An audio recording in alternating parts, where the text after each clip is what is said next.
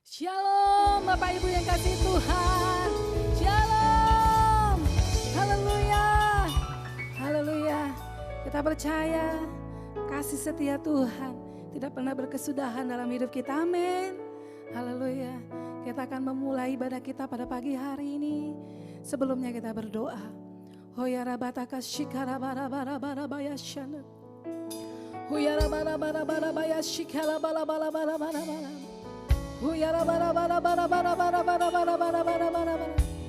Terima kasih Tuhan. Kami siapkan hati kami untuk memuji dan menyembah Engkau pagi hari ini. Setiap kami yang ada di rumah-rumah pagi hari ini, Engkau yang melawat setiap kami ya Tuhan. Engkau yang memberkati setiap kami.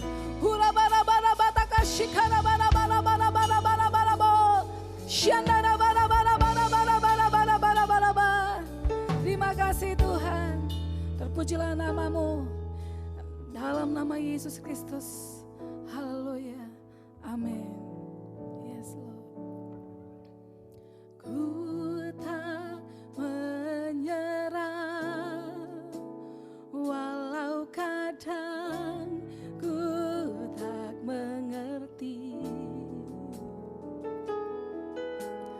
Tetap berserah,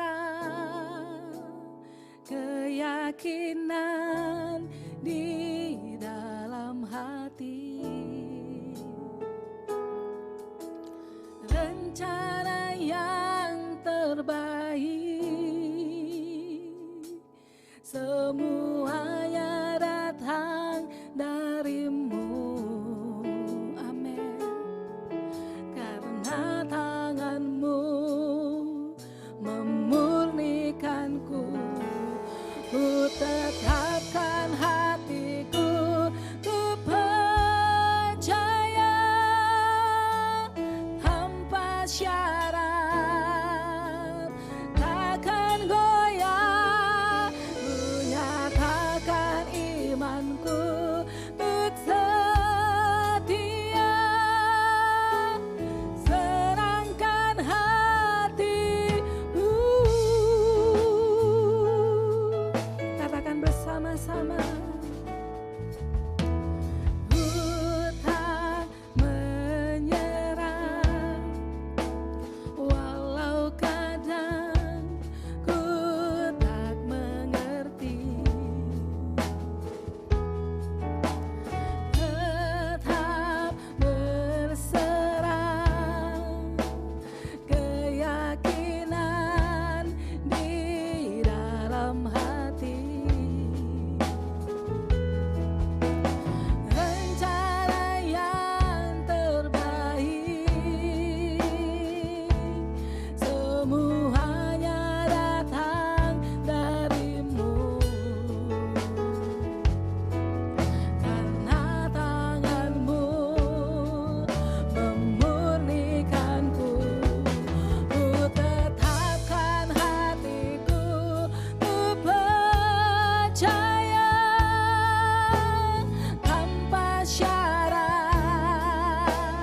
takkan goyah. Ku nyatakan imanku untuk setia, serahkan hatimu.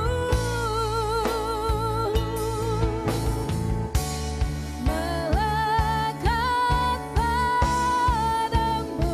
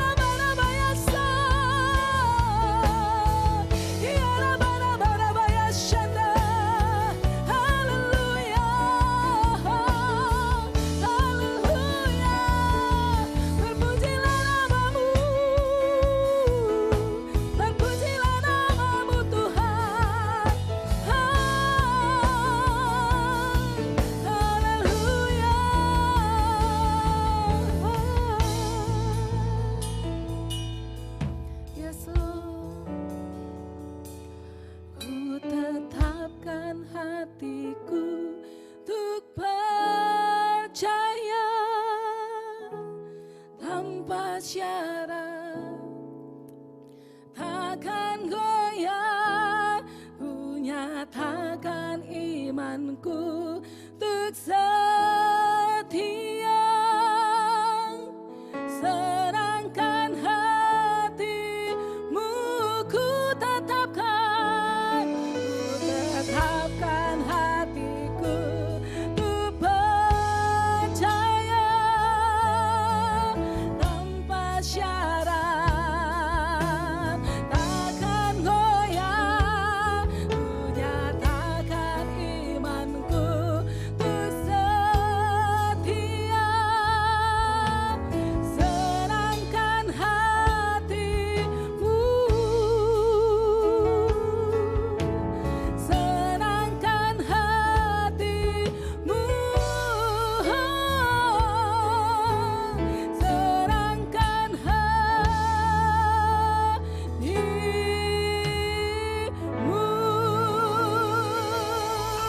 Haleluya, haleluya, haleluya, haleluya. Terima kasih Tuhan, Engkau baik, Engkau dahsyat ya Tuhan. Dan pagi hari ini kami siap untuk memuji nama-Mu. Haleluya, haleluya, haleluya. Yes Lord, haleluya, haleluya. Amin. Setiap kita siap untuk memberikan yang terbaik untuk Tuhan. Amin. Haleluya. Berikan tepuk tangan yang dahsyat bagi Allah kita. Terpujilah Nama-Mu Tuhan, kuat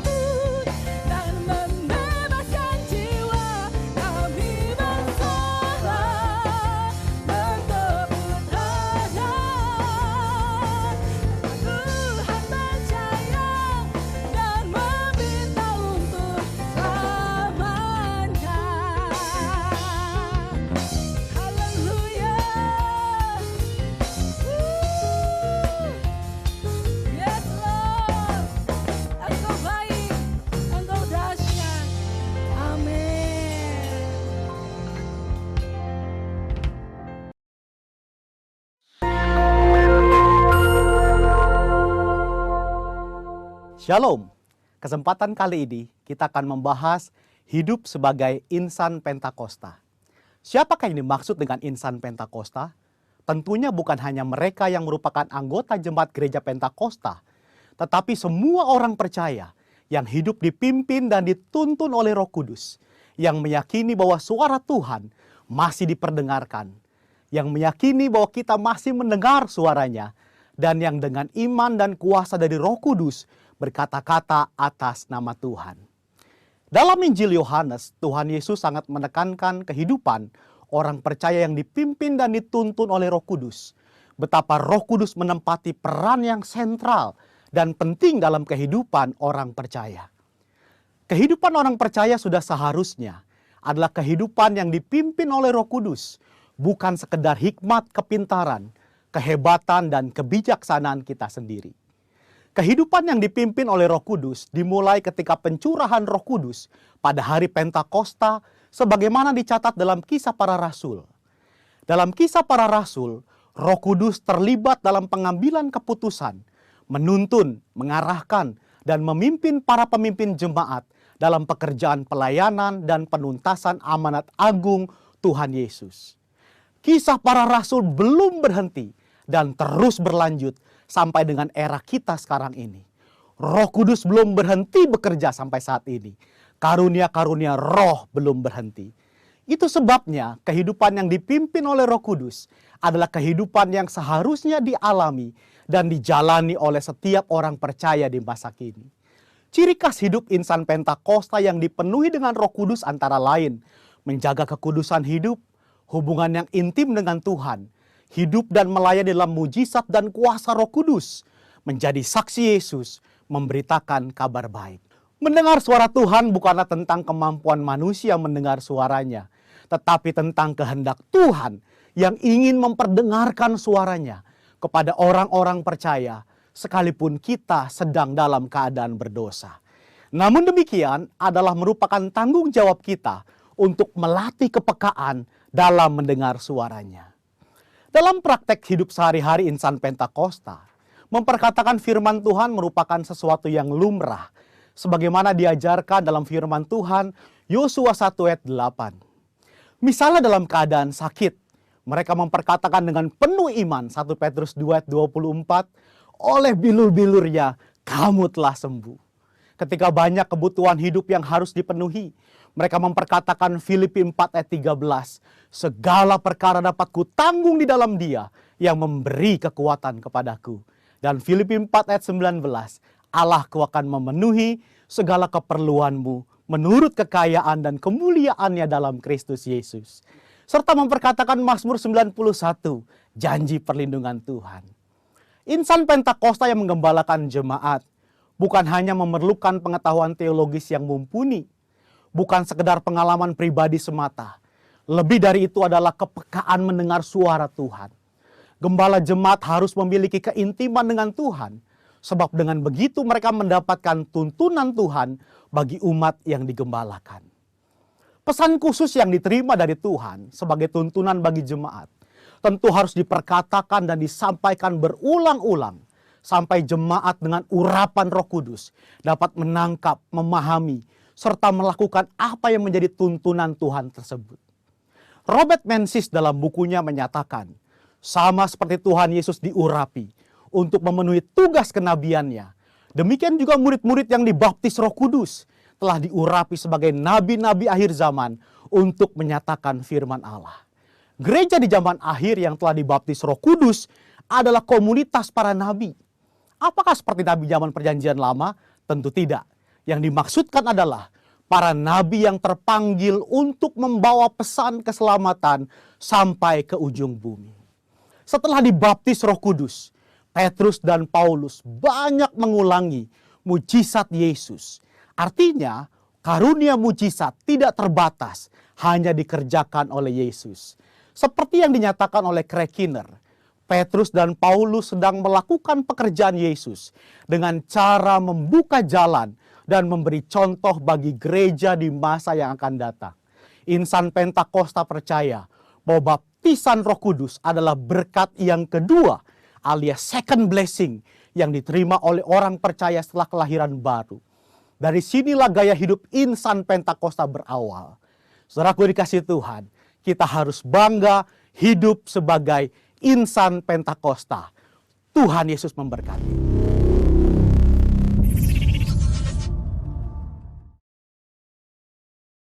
Mari Bapak Ibu Saudara, kita mau siapkan hati kita pagi ini masuk dalam firman Tuhan.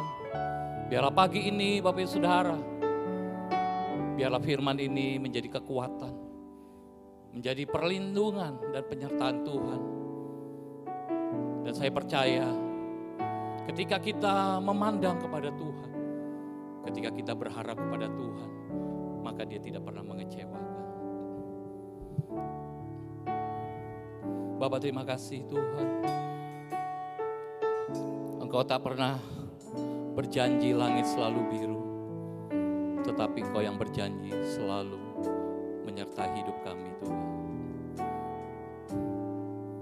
Tuhan tak pernah janji langit selalu biru, tetapi Dia berjanji selalu menyertai.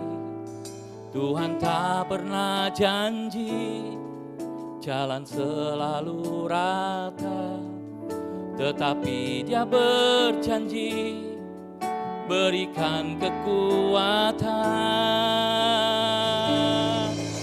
Jangan pernah menyerah, jangan berputus asa.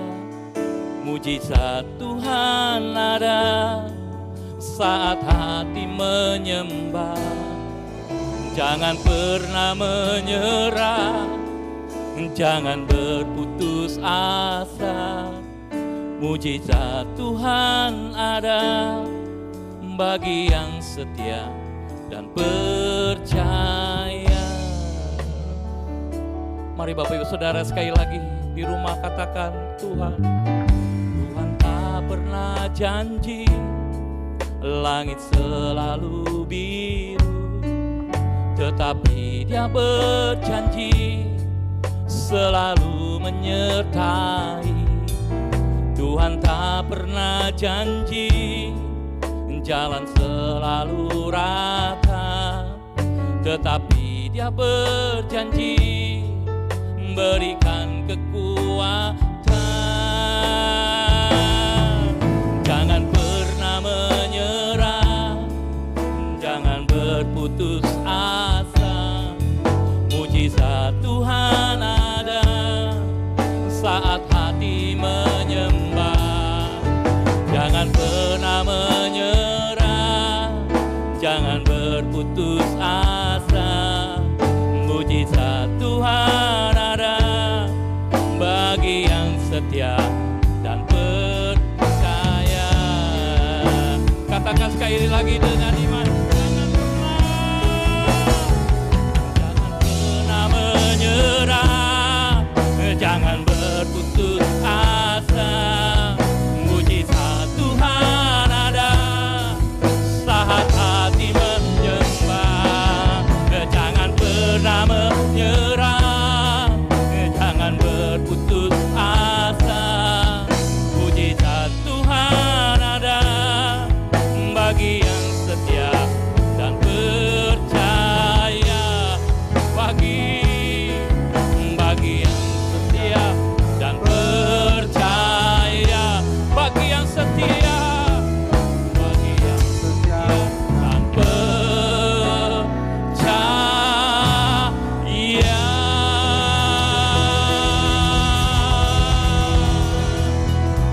Amin.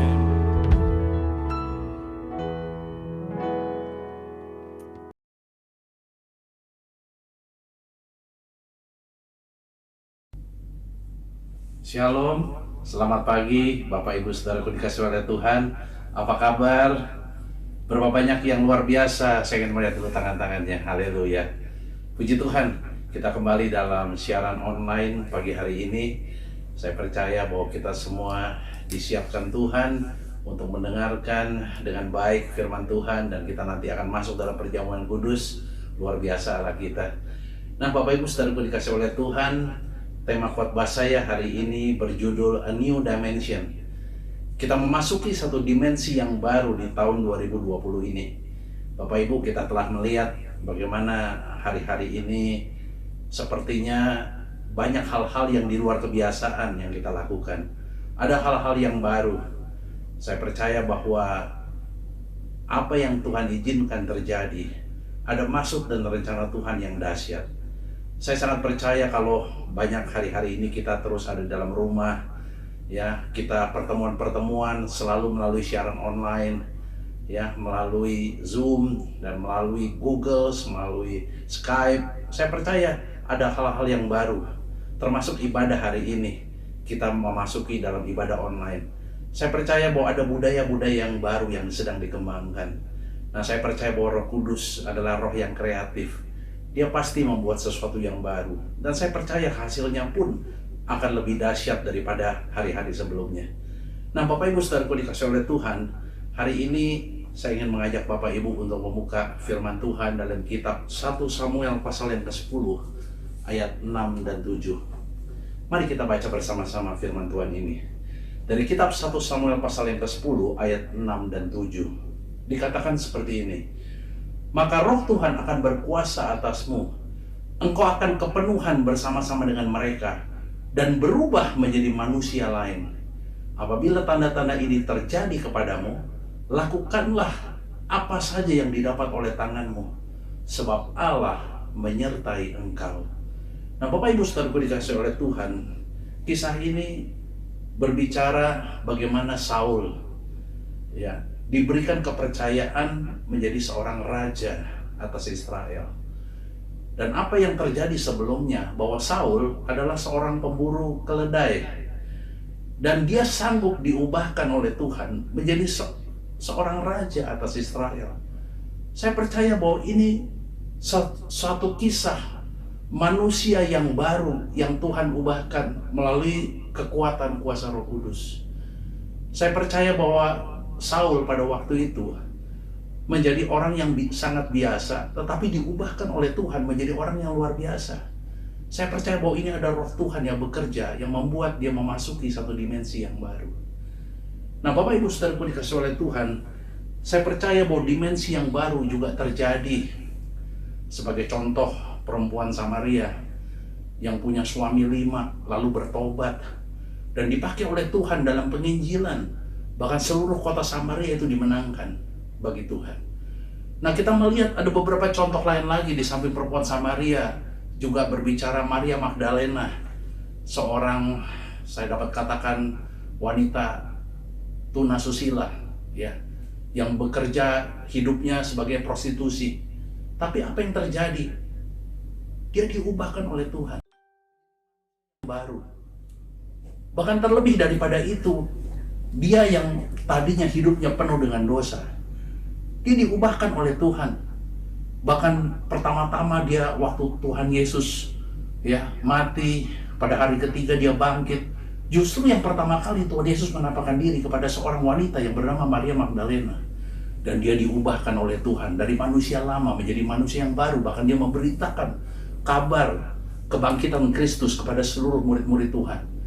Nah, ada hal-hal banyak yang dipakai. Paulus juga begitu. Kalau dulu bakar gereja, ya, banyak melakukan penganiayaan kepada orang-orang Kristen, tapi dia diubahkan oleh Tuhan menjadi manusia yang baru, menjadi penginjil yang luar biasa.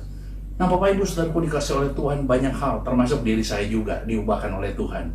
Kalau saya dulu, persoalan dari masa kecil, suka berantem, suka berkelahi, ya, orang tua saya paling sering dipanggil ke sekolah, ketemu kepala sekolah, karena anaknya setiap minggu berantem. Saya menjadi manusia yang dulu hidupnya penuh dengan pertengkaran, penuh dengan perkelahian. Ya, belajar juga nilainya do re mi 2 3 4, kacau balau hidupnya. Tapi Tuhan sanggup mengubah menjadi manusia yang baru. Dan hari ini kalau saya bisa melayani Tuhan adalah sungguh kasih karunia Tuhan yang berlimpah dalam hidup saya. Memang Tuhan Yesus dahsyat, Tuhan Yesus baik. Nah, Bapak Ibu, hari ini kita akan belajar bersama-sama bagaimana kita memasuki dimensi yang baru. Ada 3 hal hari ini yang kita mau belajar dari Tuhan. Nah, yang pertama, Mari kita buka dulu dalam kitab Matius pasal yang ke-9 ayat yang ke-17. Mari Bapak Ibu, saya undang untuk kita bisa baca bersama-sama firman Tuhan ini dari kitab Matius pasalnya yang ke-9 ayatnya yang ke-17.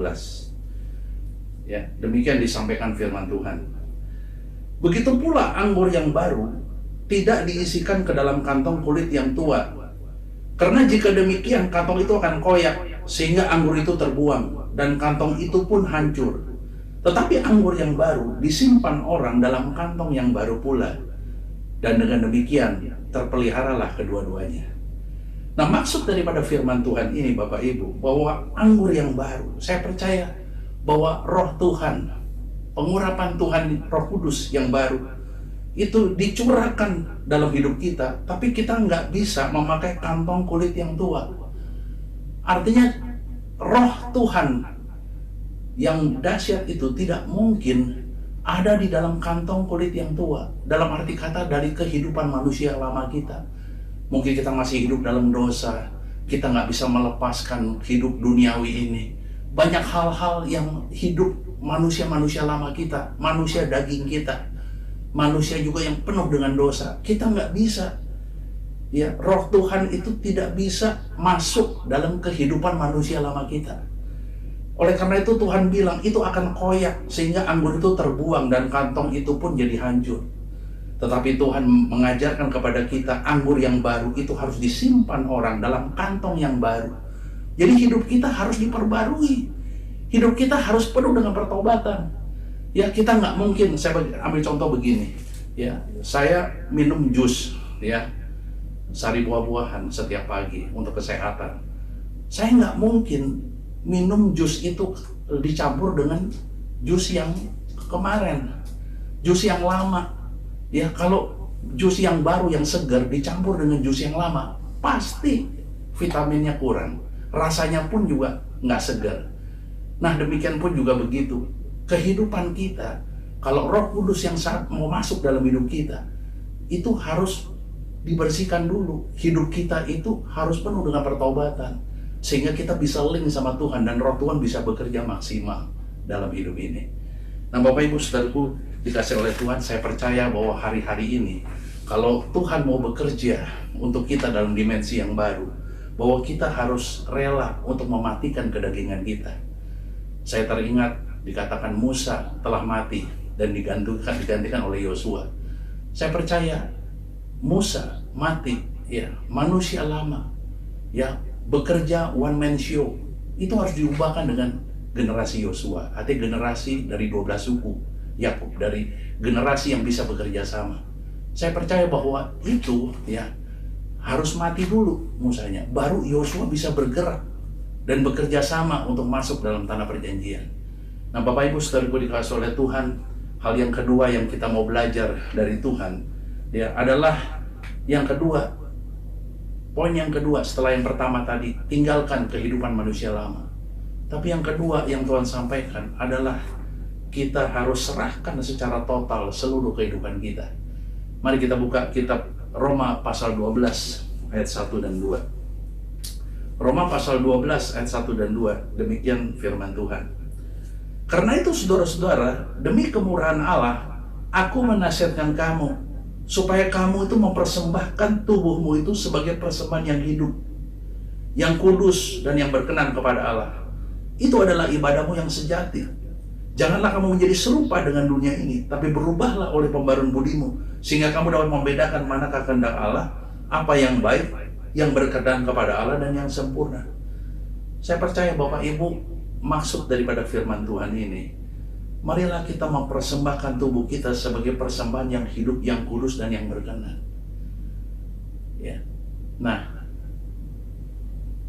kita tidak mungkin, ya, bisa mempersembahkan sesuatu kepada Tuhan sepenuhnya, tapi ada hal-hal yang kita masih pegang. Apakah itu kesuksesan kita masa lalu? Ya, mungkin Tuhan sulit bekerja karena kita masih, ya, mengandalkan kekuatan-kekuatan pengalaman-pengalaman kita yang lalu. Atau juga kegagalan-kegagalan masa lampau yang membuat hati kita jadi pahit. Dan Tuhan gak bisa bekerja kalau kita terus masih pegang tuh kegagalan-kegagalan masa lalu kita. Hari ini kita belajar, Bapak Ibu. Di samping yang pertama tadi Tuhan sampaikan bahwa kita harus tinggal kehidupan manusia lama kita. Tapi yang kedua, Tuhan mau kita serahkan ya secara total seluruh kehidupan kita. Biar Tuhan yang bekerja secara maksimal. Saya mau memberi contoh begini. Waktu dulu sempat krisis tahun 97, saya masih ingat waktu itu bagaimana dolar menembus 17.000. Ya, itu keadaan ekonomi Indonesia pada waktu itu sangat goncang. Ya, waktu itu saya masih teringat bagaimana saya bekerja dalam satu perusahaan, saya dipercayakan ya untuk memimpin satu perusahaan oleh semua pemegang saham pada waktu itu. Ya, saya dipercayakan untuk bisa mengelola satu perusahaan. Dan saya masih teringat pada waktu itu, di dalam keadaan yang berat, yang susah, kita sempat rapat manajemen. Lalu mereka memberikan keputusan-keputusan, ya, dan kesepakatan mereka bilang bagaimana kalau lebih baik kita hemat saja. Karena keadaan US dollar pada waktu itu 17.000 dan kita sewa gedung juga dalam US dollar. Kita banyak import barang juga dalam US dollar dan kita jual dalam rupiah. Ya, nggak mungkin ya kita bisa mengembalikan ya bayar sewa ruangan dalam dolar itu sudah berapa kalau dikalikan 17.000. Lalu kita harus import barang, kita harus bayar juga dalam dolar dan kita jualnya dalam rupiah dan kita nggak bisa naikin harga. Kalau kita naikin harga, kita kehilangan customer. Ya, banyak tekanan-tekanan pada waktu itu. Lalu manajemen memberikan usul bagaimana kita potong aja biaya-biaya ya transport, mungkin karyawan yang nggak perlu udah kita cut aja deh, ya mungkin kita kurangin semua aktivitas. Lalu saya melihat kesejahteraan karyawan pada waktu itu, mereka berduka, ya pada saat fasilitas-fasilitas mereka dipotong, dikurangi, ya menjadi satu beban yang berat untuk mereka bekerja. Saya merasakan ada sesuatu yang Tuhan Roh Kudus bicara dalam saya, kok rasanya kurang pas gitu ya. Lalu saya bilang sama manajemen, bagaimana saya boleh usul karena saya dipercayakan untuk memimpin satu perusahaan ini. Saya ajukan bagaimana jangan dipotong, jangan di-cut fasilitas mereka. Malah keadaannya sebaliknya. Ya, saya rindukan dalam keadaan susah seperti ini, bagaimana kalau kita mungkin bisa mengusulkan dinaikkan gajinya. Kalau dulu cuma sekali setahun, sekarang mungkin 2 kali setahun. Ini sesuatu yang menurut mereka aneh. Lah kok kebijakan itu yang diambil? Lah saya merasakan ada hal yang Roh Kudus bicara dan saya mau mengandalkan, mempersembahkan tubuh ini penuh, ya penuh kepada Tuhan. Tidak ada kondisi-kondisi apa yang masih pegang. Saya serahkan kalau memang Tuhan bicaranya seperti itu, izinkan saya melakukan keputusan ini. Dan apa yang terjadi pada akhirnya manajemen mempercayakan saya untuk bisa mengelola perusahaan itu lanjut. Dan apa yang terjadi? Puji Tuhan, setelah gaji daripada karyawan itu sempat dinaikkan, ya biasanya cuma sekali setahun, sekarang 2 kali setahun. Waduh, mereka terharu, ya mereka menangis dengan satu ucapan syukur. Aduh Tuhan, kok bisa sampai seperti ini? Akhirnya mereka kerja keras di tengah-tengah goncangan. Malah apa yang terjadi? Ya, setelah dinaikkan gajinya kurang lebih sebulan 2 bulan dan kita melihat omsetnya terus naik. Kenapa? Karena mereka kerja semakin giat, semakin berusaha, ya dengan luar biasa, semakin semangat bekerjanya. Dan apa yang terjadi? Perusahaan kami, omset kami setelah hampir 2 bulan dan kita melihat ada begitu banyak order-order yang baru. Ada kenaikan omset yang bahkan dikatakan 2 kali lipat, yaitu belum pernah terjadi. Dan kita melihat Tuhan buat banyak hal-hal mujizat. Karena apa Bapak Ibu? Karena kita mengizinkan Roh Kudus bekerja dan kita menyerahkan secara total penuh. Biar Tuhan yang berdaulat, biar Tuhan yang berkuasa dan ambil alih semuanya. Nah, kalau kita ingin memasuki dimensi yang baru, kita nggak bisa, ya masih ada kehidupan manusia lama kita, ya. Dan yang kedua, kita nggak bisa mengandalkan pengalaman-pengalaman kita masa lalu, ataupun kegagalan-kegagalan kita masa lalu. Biar Tuhan full yang bekerja.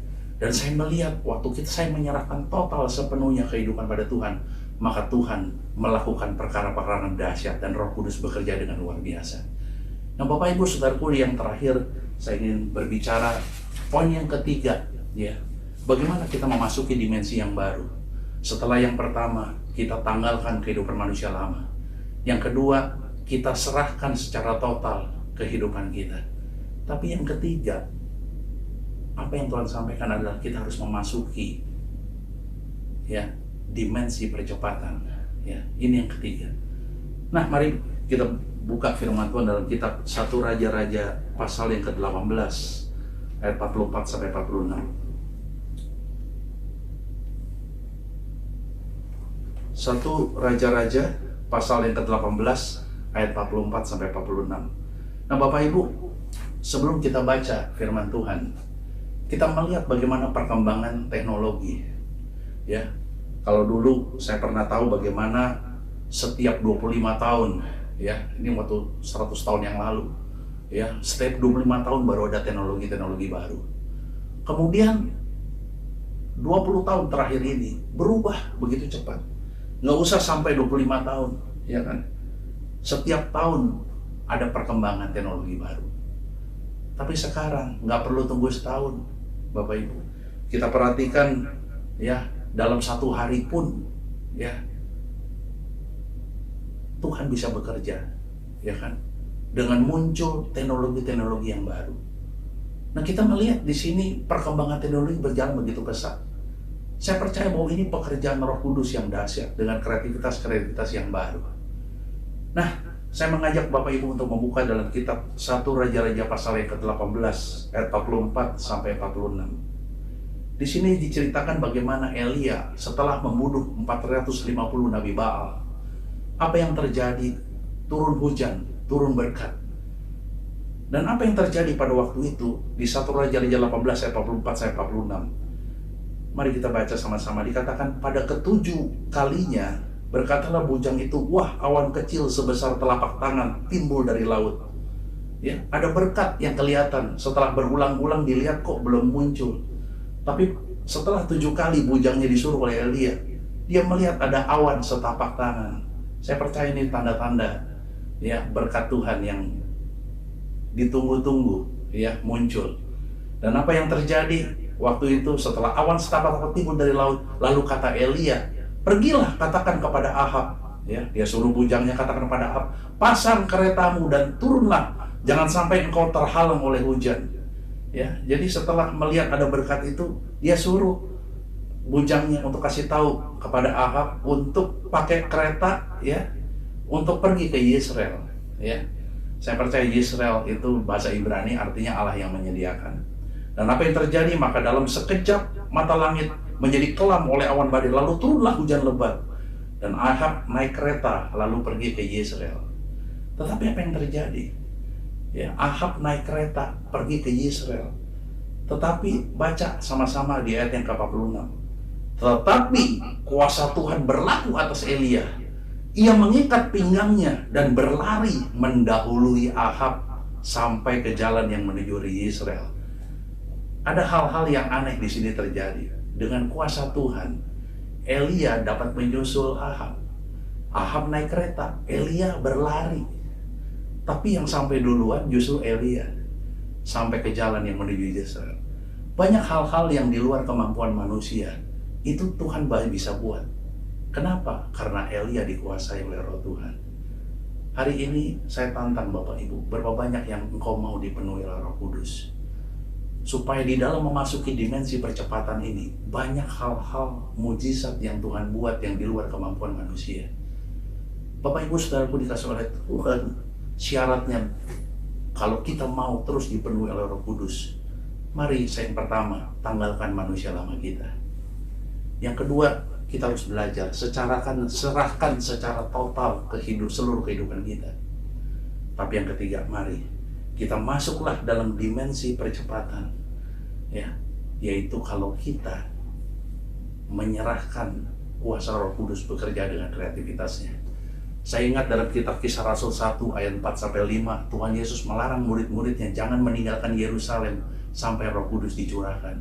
Saya percaya Roh Kudus berbicara kuasa. Dan hari-hari ini kita butuh itu. Banyak hal di tengah-tengah kesulitan ekonomi yang hari-hari ini terjadi. Kita butuh tuntunan Tuhan, Bapak Ibu. Saya tidak mengerti apa yang dialami oleh Bapak Ibu Saudaraku dikasih oleh Tuhan. Tapi mari kita hidup kepenuhan akan kuasa Roh Kudus. Hari-hari ini ada bulan Pentakosta. Di akhir bulan ini kita merayakan sama-sama Pentakosta. Hari di mana pencurahan Roh Kudus itu dinyatakan pada seluruh murid-muridnya. Mari kita renungkan firman Tuhan ini. Kita ambil keputusan sama-sama, Tuhan, aku mau tinggalkan manusia lama. Aku mau buang segala dosa. Yang kedua, mungkin selama ini engkau masih pakai kekuatanmu untuk memimpin ya dalam kehidupan kita. Apapun yang terjadi, mungkin di marketplace juga dalam pekerjaan kita. Tapi belajar untuk menyerahkan secara total biar Tuhan sendiri yang bekerja. Nah, waktu saya terjadi, saya menyerahkan seluruhnya pada Tuhan dan Tuhan bekerja ya seturut kebenaran firman Tuhan. Memang di tengah-tengah kesulitan, Tuhan bilang kamu harus banyak memberi. Ya tadinya saya pelit, nggak mau. Ya saya setuju. Ada pendapat-pendapat manajemen yang lain. Udah, cut aja cost. Ya, kurangin fasilitas karyawan. Biarin aja karena ini semua lagi susah, lagi prihatin. Tapi justru waktu lagi prihatin itu Tuhan bicara harus memberi.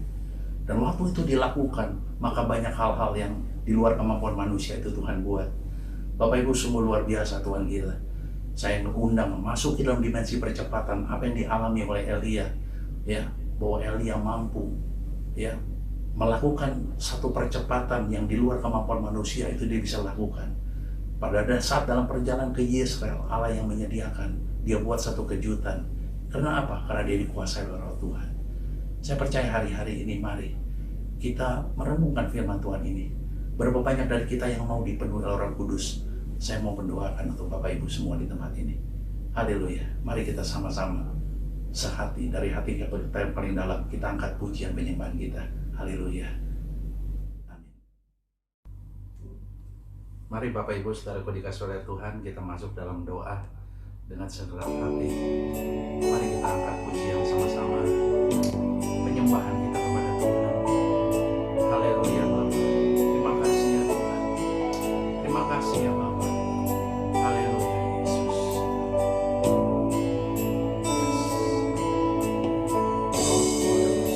Kau hadir di sini, Roh Kudus, ku mengasihimu.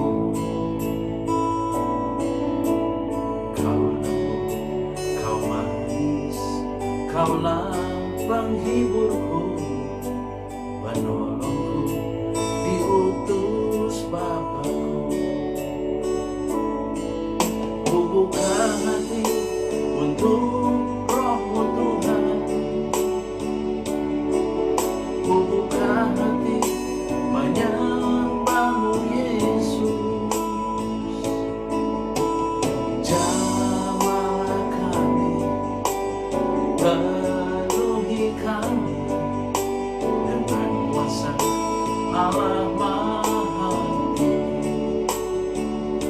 Bapa, kami mau bawa semua kehidupan kami ke dalam tangan-Mu Tuhan. Tuhan, hari-hari ini kami mau tanggalkan Tuhan manusia lama kami. Kami mau ambil keputusan untuk bertobat, untuk meninggalkan manusia lama kami. Selama ini Tuhan kami masih kompromi, mungkin dengan banyak dosa. Tapi hari ini kami mau ambil keputusan untuk menanggalkan manusia lama kami. Untuk kami boleh matikan kedagingan kami, supaya Roh-Mu bisa bekerja secara luar biasa. Tuhan, kami percaya bahwa Engkau membutuhkan kantong yang baru, untuk menerima anggur yang baru, untuk menerima pengurapan Roh Kudus. Tuhan, kami harus ada dalam kantong yang baru. Untuk hidup kami Tuhan, kami mau tanggalkan manusia lama kami. Tuhan, terima kasih, kami mau juga menyerahkan hidup kami, mempersembahkan hidup kami secara total ke dalam tangan-Mu, supaya kami hidup kudus dan berkenan, supaya Engkau bekerja Tuhan. Tuhan, kami tidak mau masih memegang pengalaman-pengalaman kami yang lama.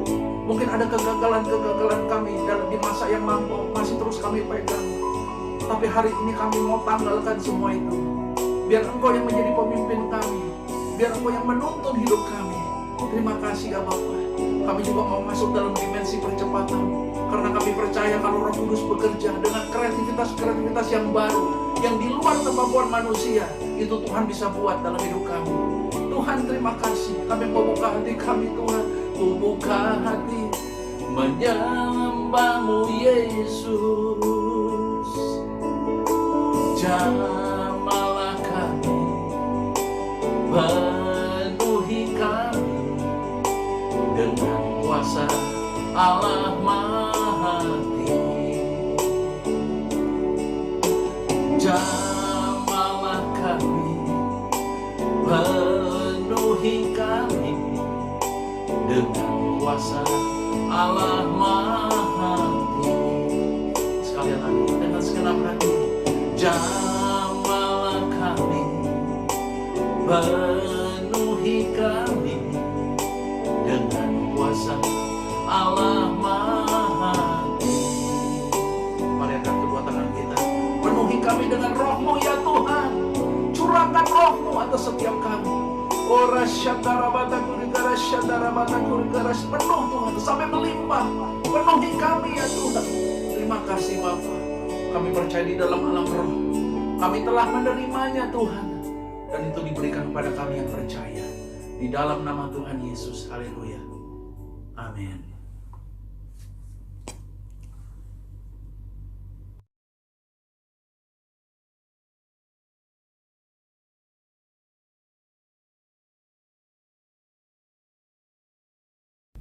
Puji Tuhan, kita siapkan hati kita untuk menerima perjamuan kudus. Tapi sebelum itu saya akan membacakan ayat kebenaran firman Tuhan di 1 Korintus 11 ayat 26 sampai 28. Sebab setiap kali kamu makan roti ini dan minum cawan ini, kamu memberitakan kematian Tuhan sampai Ia datang.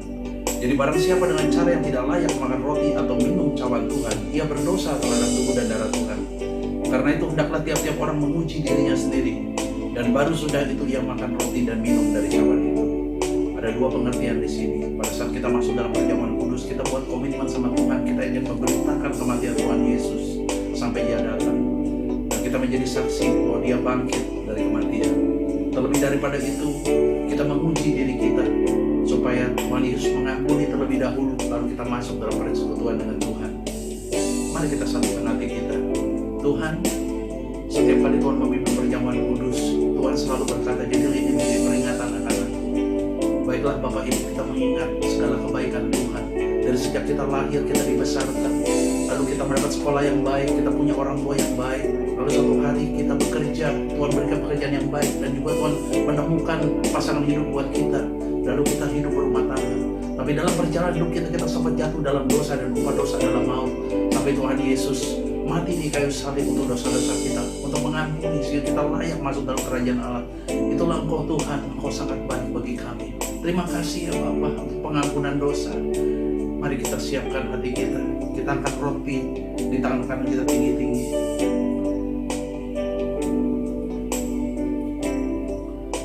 Mari kita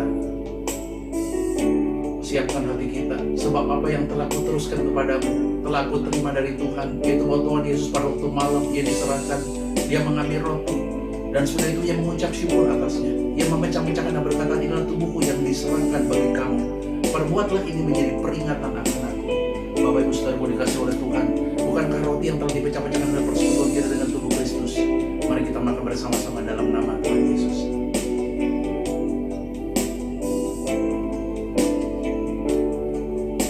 Demikian juga Ia mengambil cawan sesudah makan lalu berkata, cawan ini perjanjian baru yang dimateraikan oleh darahku. Perbuatlah ini setiap kali kamu meminumnya menjadi peringatan akan aku. Bapak Ibu Saudaraku dikasih oleh Tuhan, bukankah anggur yang di atas kita ucapkan syukur dalam persekutuan kita dengan darah Kristus? Mari kita minum bersama-sama dalam nama Tuhan Yesus. Terima kasih Bapa. Terima kasih ya Tuhan atas segala kebaikan-Mu. Terima kasih Yesusku buat anugerah yang Kau beri. Sebab hari ini Tuhan adakan syukur bagi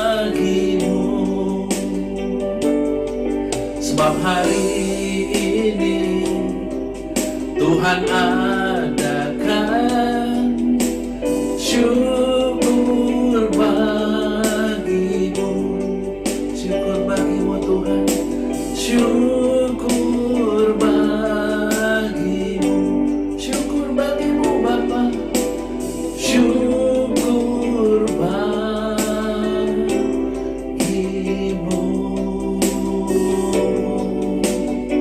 Terima kasih Bapa, kami percaya di dalam alam roh kami telah menerimanya, maka hal itu diberikan kuasa Roh Kudus dalam setiap kehidupan kami. Di dalam nama Tuhan Yesus kami semua sudah berdoa dan mengucap syukur. Haleluya. Amin.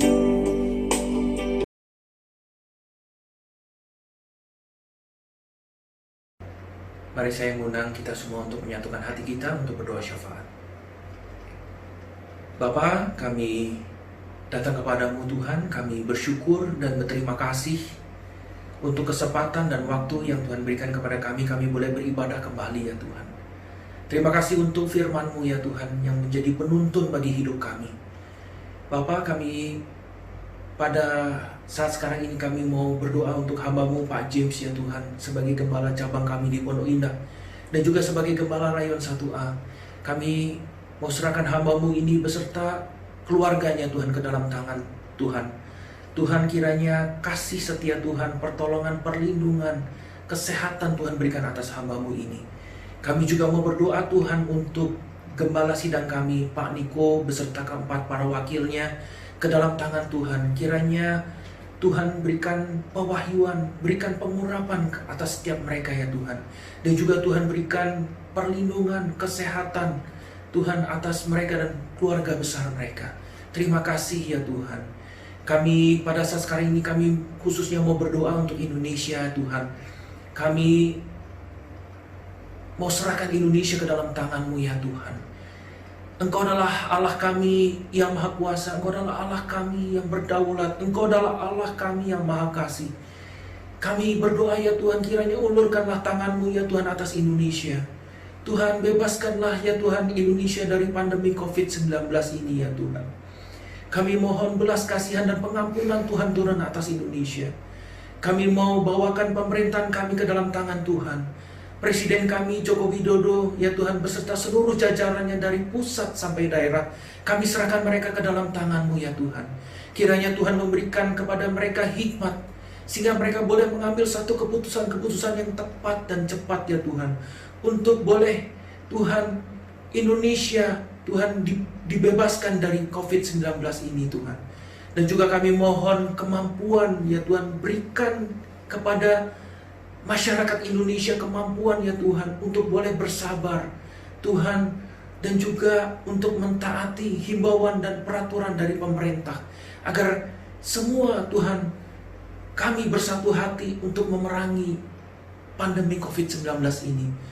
Tuhan, kami juga memohon ya Tuhan, kiranya Tuhan memakai para peneliti dan ilmuwan ya Tuhan di Indonesia ini Tuhan, boleh menemukan Tuhan satu obat maupun vaksin bagi COVID-19 ini.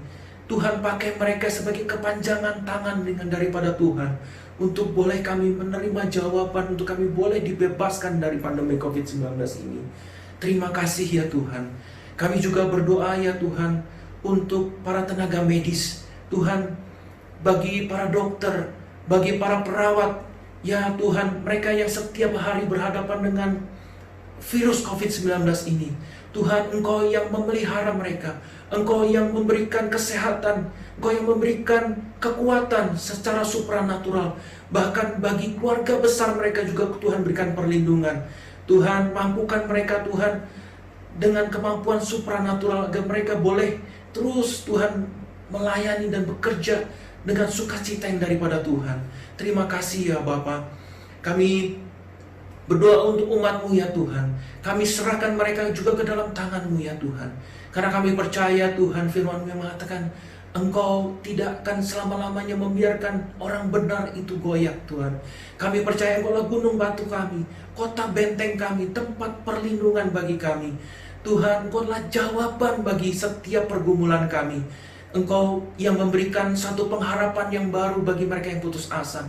Engkau yang memberikan Tuhan kesehatan ya Tuhan, memberikan kesembuhan bagi mereka yang sakit, karena Engkau adalah Allah penyembuh. Dan juga Tuhan, kami percaya Tuhan, kekuatan yang baru, pengharapan yang baru Tuhan berikan kepada setiap kami hari lepas hari Tuhan. Terima kasih Bapa, kami berdoa, mengucap syukur di dalam nama Tuhan Yesus. Amin.